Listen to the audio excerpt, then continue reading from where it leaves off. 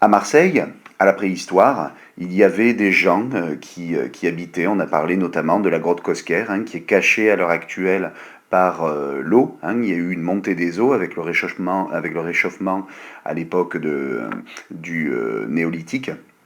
Donc voilà ce que devaient regarder les habitants à l'époque en arrivant à Marseille. Les Gaulois, on en a parlé, c'est un peuple qui n'est plus nomade, il se sédentarise, il élève des animaux, on peut voir ici un cochon.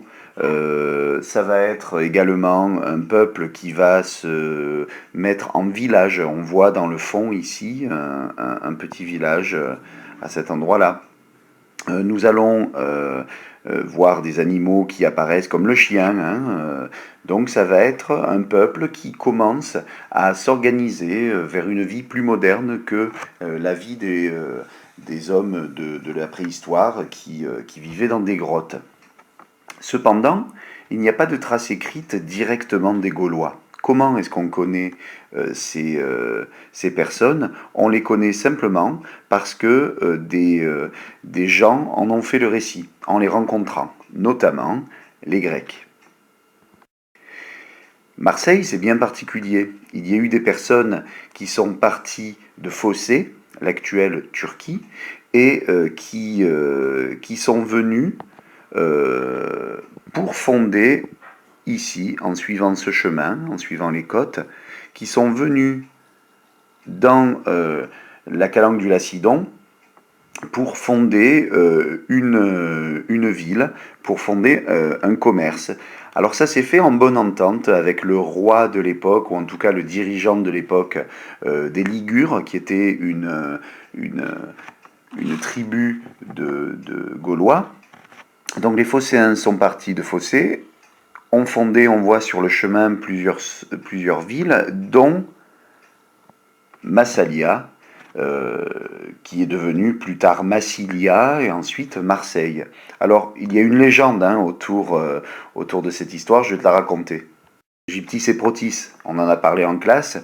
Tu vois ici le roi des Gaulois, on voit ici les Gaulois, alors représentés avec leurs grosses moustaches, leurs grosses barbes, et on voit peut-être ici un esclave avec ce marin et la fille ici qui offre l'eau à ce marin pour lui dire qu'elle veut devenir son épouse.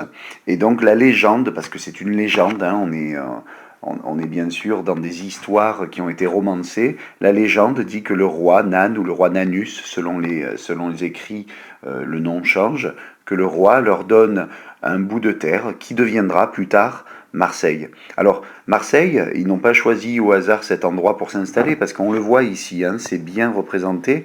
Il y a ces grandes collines qui entourent l'emplacement. Il y a le Rhône qui est bien placé, qui permet d'avoir un endroit où il y a de l'eau, où on est protégé de l'envahisseur, et donc ce n'était pas un endroit choisi au hasard. Tout ça, ça se déroule en moins 600 ou en 600 avant Jésus-Christ. Et voilà à quoi ça ressemblait. Donc tu as pu le voir, on a vu ce petit bout de port là ici, qui maintenant désormais est sec. Et là, ici, tout là, c'était le centre-bourse dans lequel on est allé.